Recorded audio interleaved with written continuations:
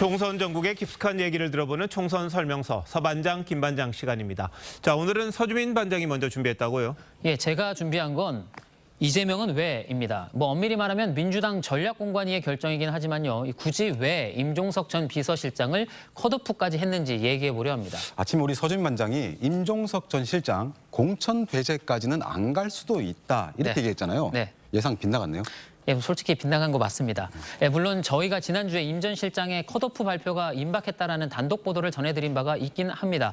하지만 이해찬 전 대표가 명문정당 사수를 위해 임 전 실장을 살려야 한다는 뜻을 이 대표 측에 전했다라는 걸 듣고 결정이 바뀔지도 모르겠다라고 봤습니다.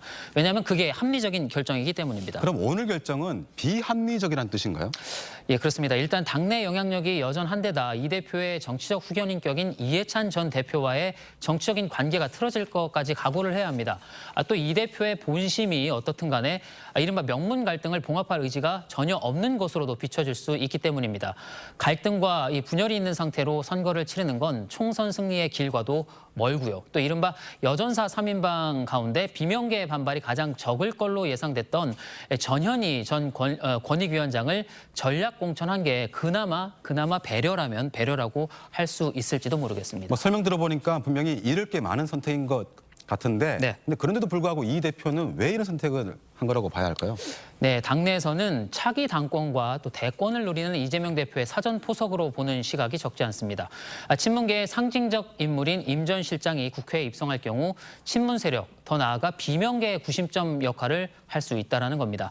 물론 친명계에서는 원래 전략공천 지역에 임 전 실장이 도전한 것 자체가 무리였다. 또 윤석열 정부 탄생에 책임이 있는 인사를 공천할 수는 없다라는 등의 이유를 들고 있지만 그게 과연 총선을 앞두고 단일 대우를 깰 만큼 절박한 이유였느냐? 이 부분이 사실 여전히 의문입니다. 자, 임 전 시장도 임 전 시장입니다만 앞서 리포트에서도 봤듯이 선거 관리를 맡았었잖아요. 정필모 의원, 건강을 이유로 사퇴를 했습니다만 이 허위 보고를 받았다 이런 폭로를 의원총회장에서 했습니다. 네. 이것도 파장이 만만치가 않아요. 예, 그렇습니다. 당 공관위는 이 부정선거가 확인된 거는 없다는 입장입니다. 하지만 정 의원 말대로라면 실무자가 허위 보고까지 해가면서 업체를 추가 선정한 이유가 좀 불분명하고요.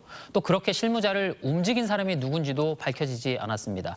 문제가 된 업체가 향후 경선에서는 배제가 되긴 했지만 이미 그 돌린 결과가 있고 또 일부가 재심을 신청하는 등 반발이 나오는 터라서 이걸 이유로 경선에 불복하는 사례가 나올 가능성도 있습니다. 일각에서는 이미 친명계와 비명계가 심리적 분당 상태까지 간 거 아니냐 이런 얘기도 나오던데 물리적 분당으로 이어질 가능성도 있습니까? 네, 가장 큰 관건은 문재인 전 대통령의 반응입니다. 다만 과거 고구마 화법이라는 얘기가 나올 정도로 문제적 상황에서 말을 아껴왔던 문 전 대통령이 당장 입을 열 가능성은 높지 않다고 보는 의견이 적지 않습니다.